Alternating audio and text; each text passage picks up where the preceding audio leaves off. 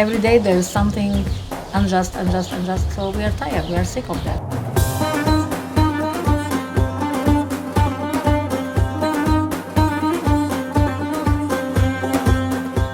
Apartheid. Apartheid del segle XXI.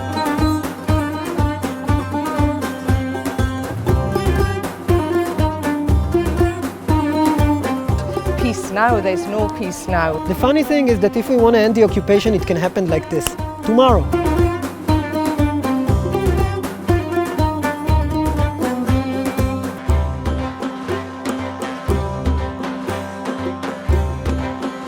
Years ago, I came here with a group from IFA to see the situation in Jerusalem and in the West Bank.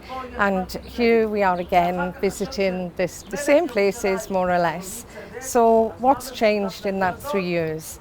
Els diputats d'aquest grup estem des de fa molt temps interessats en les relacions entre Israel i Palestina i en la solució pacífica i positiva del conflicte que en aquests moments hi ha. Ara és veritat que a mi la visita que vam fer a Hebron em va impressionar especialment.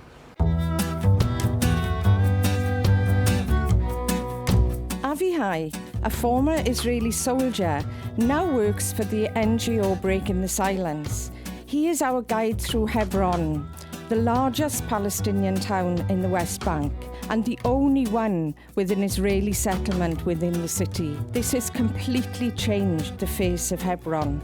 So all this ghost town that we see around us is not a result of, natural disaster or anything like that. It's a result of a military, of a government policy to basically separate the Israelis from the Palestinians. Hebron city is separated between H1 and H2. H1 it's been under Palestinian Authority control, and H2 under Israeli occupied control. But actually, in the fact, all Hebron is still under Israeli occupied control. How? It's mean like the Israeli government or Israeli soldier, they can move in anywhere and anytime. But the Palestinian police, they cannot go to the pass to the H2. Now we are in the very important street, it's named Ashuhada Street. This street is closed since 1994. It's forbidden for the Palestinian people to walk in freedom in this street. The year 2000 and on, and until today, what we can see here in the map became the reality. And you can see that there are 3 colors of streets on the maps. This means the level of limitation that is imposed on Palestinians. If it's a purple street, it means they're not allowed to drive here. Orange streets means that Palestinians are not allowed to open their businesses there. Here. So for example, the zebra streets, like the one that we're standing on now, mean that Palestinians are not allowed to drive here, but also not allowed to open any business. And that's why all those doors that you see around us are closed.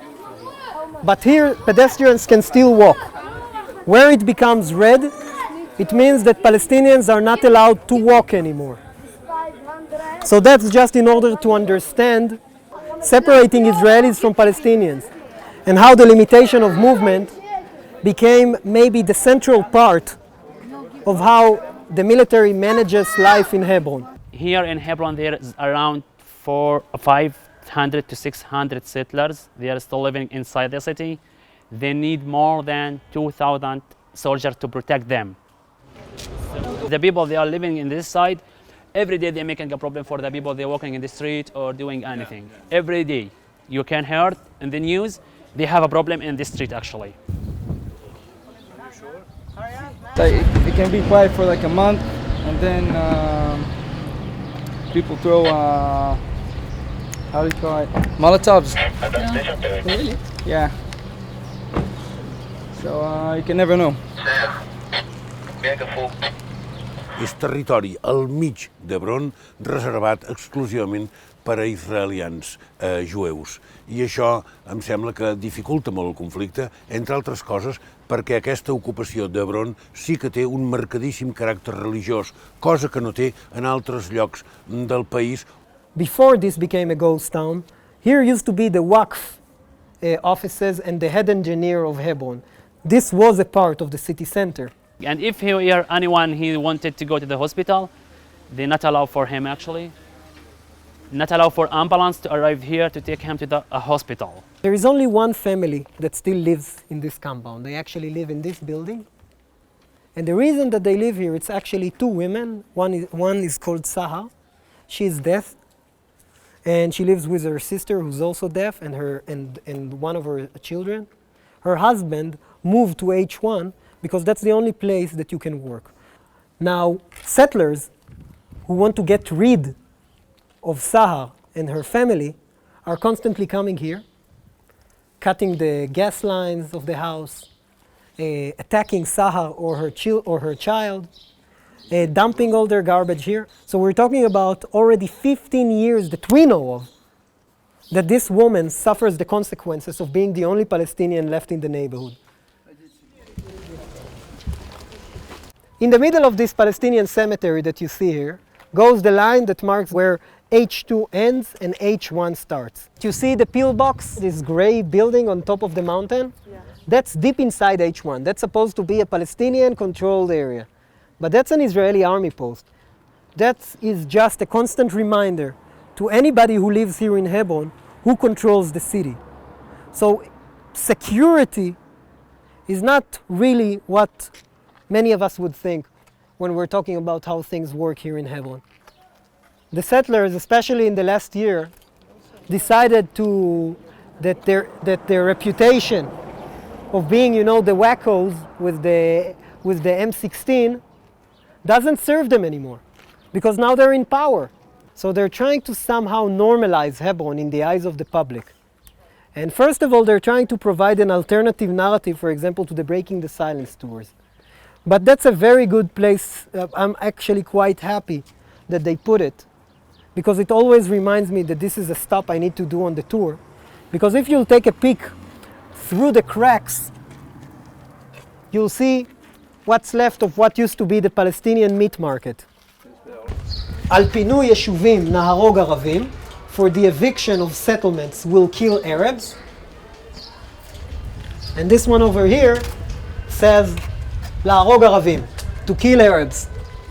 Now all of these are Palestinian shops, yeah? And all of this used to be covered with graffiti, but the settlement itself painted all the doors where we came from, again, in this attempt to normalize the settlement, to make it look like it's all great and good and nobody wants to kill anybody. And I apologize that I'm being so cynical, but after 7 years that I've been guiding those tours and nothing changes, then I guess irony is the only way to stay a bit sane.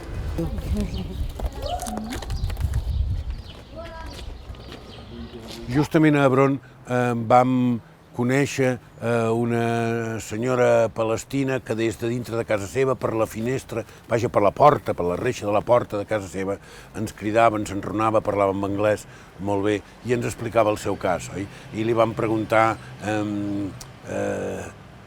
què feia en el seu dia a dia. You see, I'm locked here. I'm not allowed to use the street. If I do want to visit my brothers, my friends, my family, I need to go all the way around. I used to buy things here, just around the corner. But I go from the other side. Why? Why do I need to suffer just to live? This is the main street in Hebron. It connects the north to the south. Yeah. But as you see, it's empty. It's only Israelis and internationals that use it. Us as Palestinians living here, being born here, even before Israel, we are not allowed to use it. And this is injustice. You remember Hebron, how it was? At least this street, I remember when I used to go to university, it was full of life. Yeah, I went home late at night, like 9, 10 o'clock, and it was still working. Yeah, it was still full of people. It was safe. But now during the day, there is nobody. Yeah, and I used to go and buy things just around the corner from here, not far away. To get a taxi, to get the service, to get transportation, just around the corner. But now I need to walk maybe 15 minutes at least to find transportation. You see, this is the cemetery. My family are buried there. My grandparents, my relatives are all buried there. It's just crossing the street to go and visit, but I need to go about 45 minutes just to get to the cemetery. El conflicte és viu en ella. Per què? Perquè sobretot hi ha un problema de colons. I put the cage just to protect my house from the settlers. They many times try to climb up into my house. Every day they come and bang at the door. They throw stones till now. Children or also adults? Both ages, yani children and adults. If the Israeli government does stop the support to the settlers, we can live in peace. I do not mind having a Jewish person being my neighbor. It's not a problem to me. But it is a problem when this Jewish person causes trouble to me and tries to force me out of my country. Recordo que li vaig preguntar i vostè per què no se'n va, diu, me n'hauria d'anar. Per què me n'he d'anar? It's our house, it's our country, it's our land. There's no good reason for us to leave. People call it a ghost town, and it really isn't an exaggeration. And yet, when you walk just up the hill there and you go through the checkpoint where the soldiers are, you come out into the town, the Palestinian side.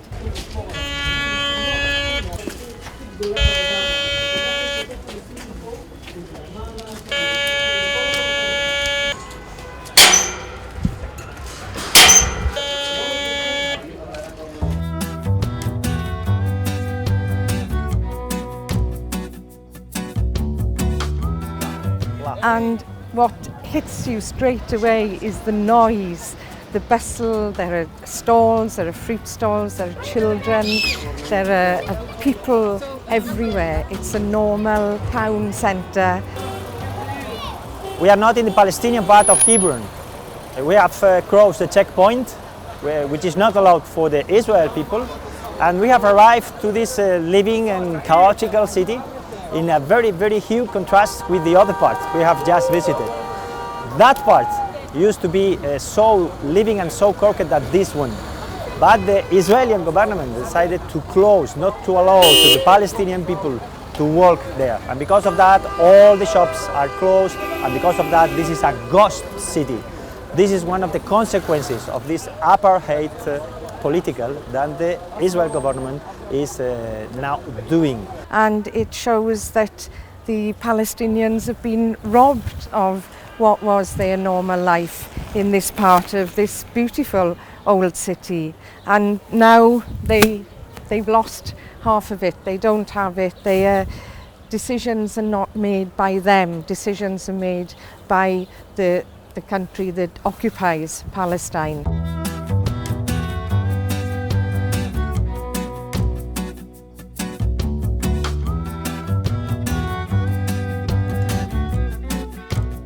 In Tel Aviv, we meet the Israeli organisation Peace Now, a campaign group with the aim of promoting a two-state solution to the Israeli-Palestinian conflict.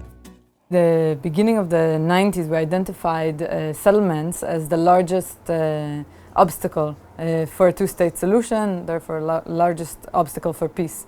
We have a department called Settlement Watch. Settlement Watch monitors every development in the settlements and exposes it to the public. Developments in the settlements are highly non-transparent. About a third of the settler population is highly ideological. They live usually in the settlements, places that are probably going to be evacuated in the framework of an agreement, but there are two other social groups living in the settlements. One is the ultra-Orthodox, and they are not ideological. They're there because they can live in a community of ultra-Orthodox, and the other group is what we call cost of living settlers.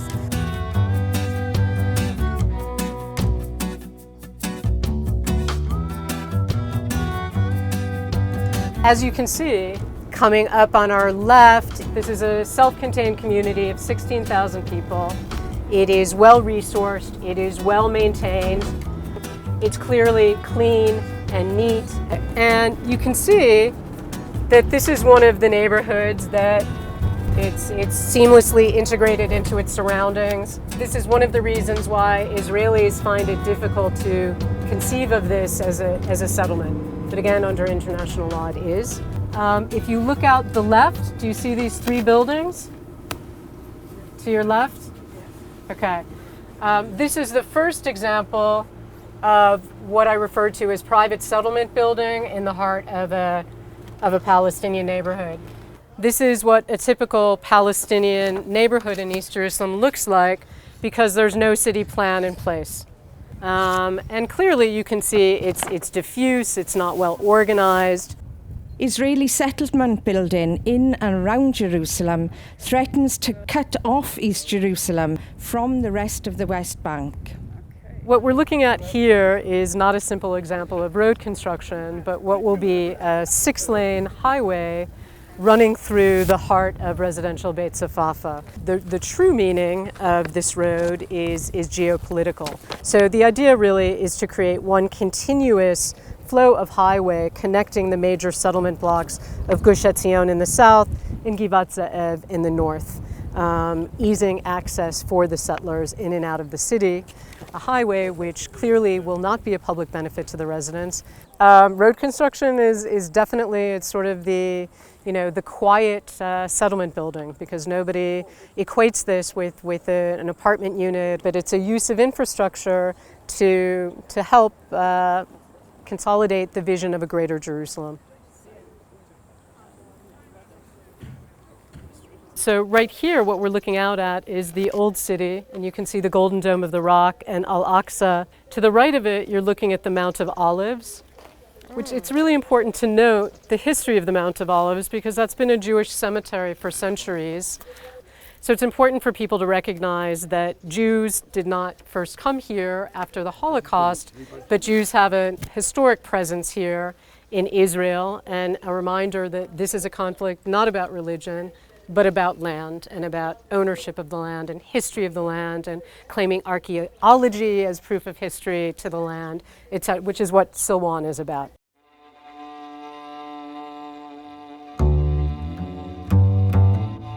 Silwan is a predominantly Arab neighbourhood of Jerusalem that has some Israeli settlers. It's located both around and below the City of David archaeological site, making this a controversial location and potential flashpoint in the conflict.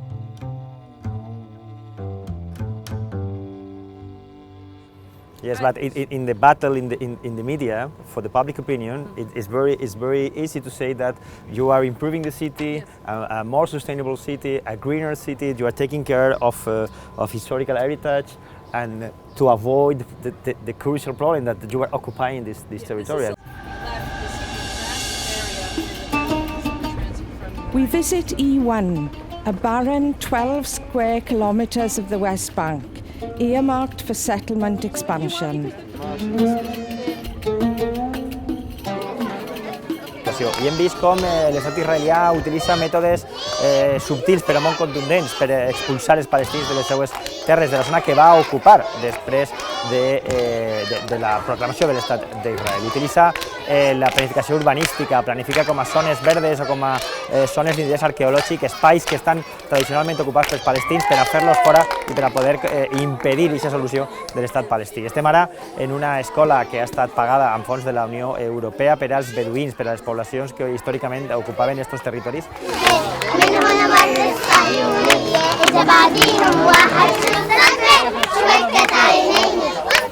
I can't think of a better way to spend money than on children and on giving children a secure present and a better future. And even though we've seen all of the difficulties that they face, it's obvious that this kind of investment from the European Union makes a difference to people's everyday lives. And it's one of the best projects that we've seen here. I ens hem assabentat que l'estat israelià ha fet una ordre de demolició d'aquestes infraestructures perquè considera que poden ser perilloses per als seus campaments, els seus establiments de colonització que estan allà a l'altra banda i que són zones privilegiades amb totes les infraestructures.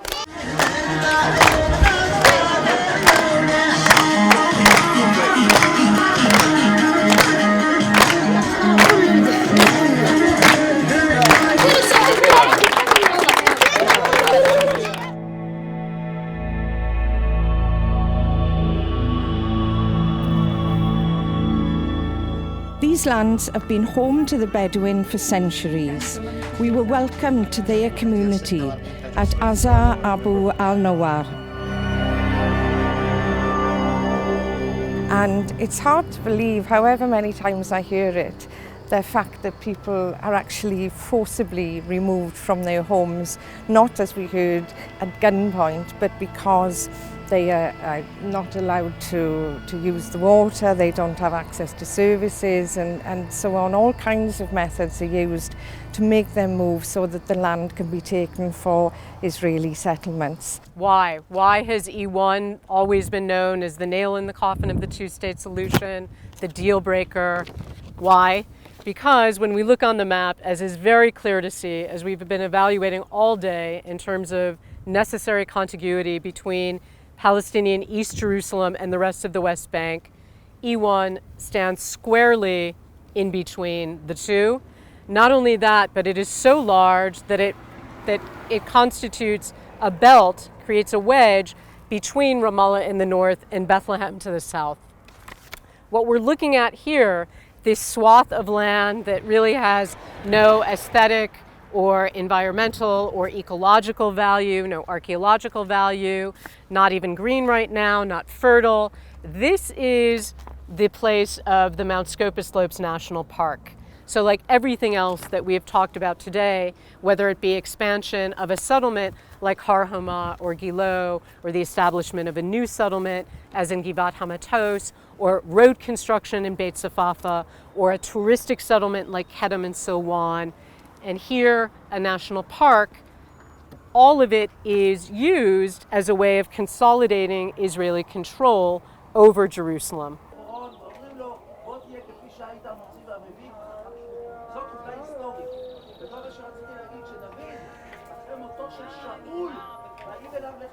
Against the sound of the call to prayer now in Jerusalem, we are looking out at the wall, what they call the separation barrier, which was built, they say, to protect people, but actually what it's done is separate communities.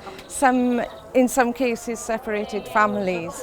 It means that people going to work, children going to school often have to walk for miles around because there are only certain checkpoints where you can cross that wall.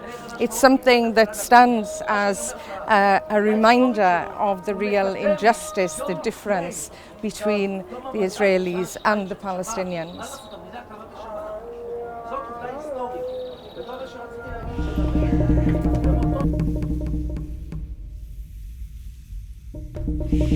The wall is the biggest Israeli construction project since 1967 until now. It cost $3.3 billion. This is 3 times longer than Berlin and twice high. The wall here is 9 meters high in this area, as many places around the world. El sentiment d'impotència s'acumula i avui arribem al punt màxim amb aquesta evidència clamorosa del que vol dir apartheid del segle XXI. Estem en Bir Navala, una població que fins fa poc albergava 4.500 persones i que ara és un poble fantasma, absolutament deshabitat. Per què? Per la construcció d'este mur que, sota l'excusa de la seguretat, Israel està construint en molta part de les zones ocupades d'allò que és territori palestí reconegut internacionalment, precisament per a aïllar les comunitats palestines i per a poder ampliar el seu espai de construcció, d'ubicació dels assentaments. Ningú va forçar a la gent de Bir Navala a anar-se'n, senzillament van col·locar un mur que els impedia comunicar-se amb Jerusalem. De fet, en 10 minuts seríem a Jerusalem, però aquí tenim un mur de 9 metres d'alçada que fa que aquests pobles hagin quedat absolutament tancats i, per tant, que la gent quedi pràcticament expulsada, perquè per anar a Jerusalem, que serien 10 minuts, ara han de fer 2 hores de camí. Nobody tell the people here to move. Nobody forced them to move. But you create a positive conditions to convince them to leave. Positive conditions. So the people just started to move by themselves. So Israel is not responsible over another catastrophe of refugees. This used to be car exhibition. This is for the ceramic. This used to be a hall for the weddings.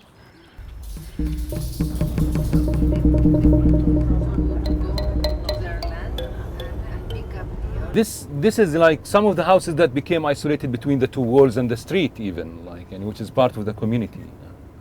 And you can imagine kind of life when you are being totally jailed and locked in between the walls and the streets.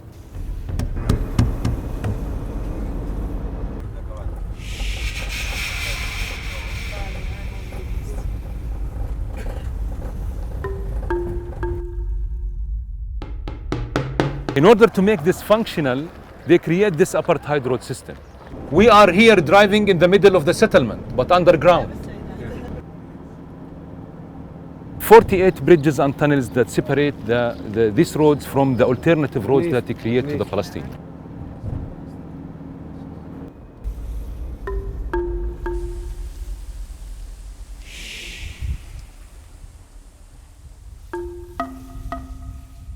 És intolerable. És quelcom que Europa, que la Unió Europea, que el Parlament Europeu no pot de cap manera admetre ni seguir silenciant o fent veure que no existeix. Existeix, és horrible i té uns efectes dramàtics, definitius i continus sobre la població palestina. És una vergonya que la Unió Europea no hauria de tolerar. Què estem fent davant d'este mur de vergonya, d'este mur de l'absoluta discriminació d'una part de la població mundial tan important i tan digna de respecte dels drets humans com qualsevol altra? Què fem pel poble palestí?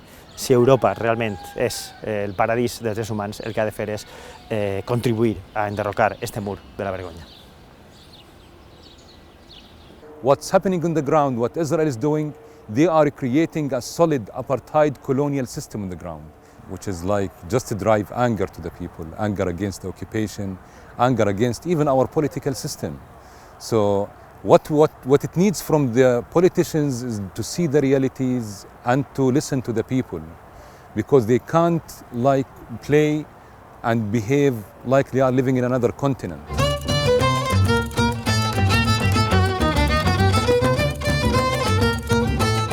Whilst we see all the problems, we also see very inspirational projects and meet inspirational people.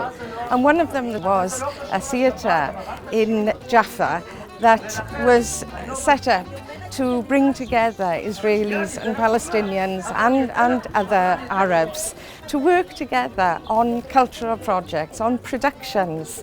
They were using theatre to actually address the issues of conflict solution and how to live together in peace without actually talking about the conflict. They were doing that through art.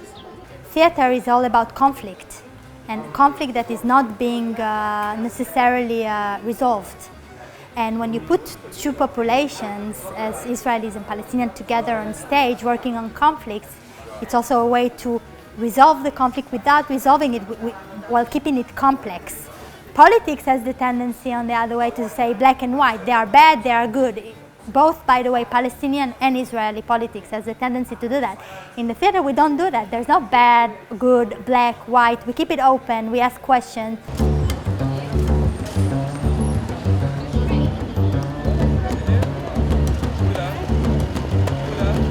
We are here in the glorious sunshine in Ramallah. We were delighted that the Minister was able to give us some of his precious time for a meeting, and we had a very interesting hour with him. One of the messages we got was that the European Union can and should be doing a lot more. Of course, we have been pushing for the implementation of the guidelines for actions for suspending the association agreement until the human rights clauses were abided by, and other things which in our political group we've been able to push within the Parliament. But the European Union could play a key role in bringing about peace and justice for Palestine. Just besides the flags of all the countries that have real presence here in Ramallah, in Palestine, that's, the work to do is just to do the pass from presence to recognition, and from recognition to peace. That's the way we have ahead.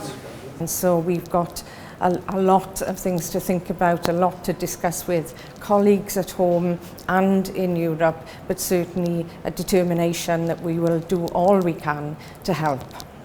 no podem pensar només en les dificultats que hi ha entre palestins i israelians, sinó sovint en les dificultats que hi ha entre palestins ells mateixos i fins i tot entre israelians ells mateixos, perquè nosaltres ens hem entrevistat amb israelians que estan absolutament a favor de la solució dels dos estats en aquests territoris. Però això, si no s'hi va de pressa, es fa cada dia més difícil.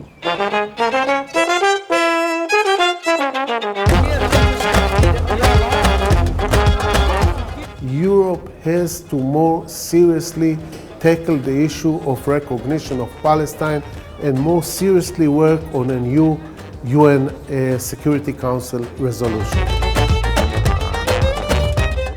It's about justice, it's about ending the occupation. And I believe that once Israelis would wake up from the illusion that they live in and understand what we're really doing and what it's really about, they will rise up and put an end to it. There's a consistent 60% plus of the Israeli population that is supportive of the two-state solution. This is important to remember because with the right leadership, this majority can be mobilized. What kind of future is this? The politicians, do they see that? Europe, did they see that? The European Union. You are one of the main partners of Israel. It means if you keep silent, you are partner with the crime that they are doing here in the West Bank. They wish to be the last ones to see the occupation. In other words, that they want their generation to end the occupation so that their children and grandchildren don't grow up with that. They grow up with two states living equally side by side.